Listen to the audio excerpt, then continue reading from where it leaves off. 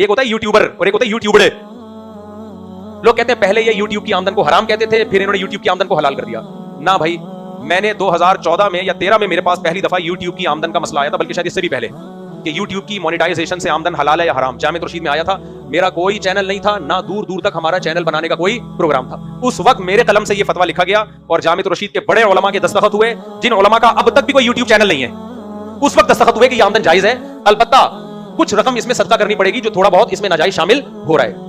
یہ جو لوگ الزام لگاتے ہیں نا اپنے چینل کھل گئے تو جائز ہے, نہیں بھائی, جب فتویٰ دیا ہے جب اپنے چینل نہیں تھے, اور جنہوں نے فتویٰ دیا ان کا اب تک بھی کوئی چینل نہیں ہے.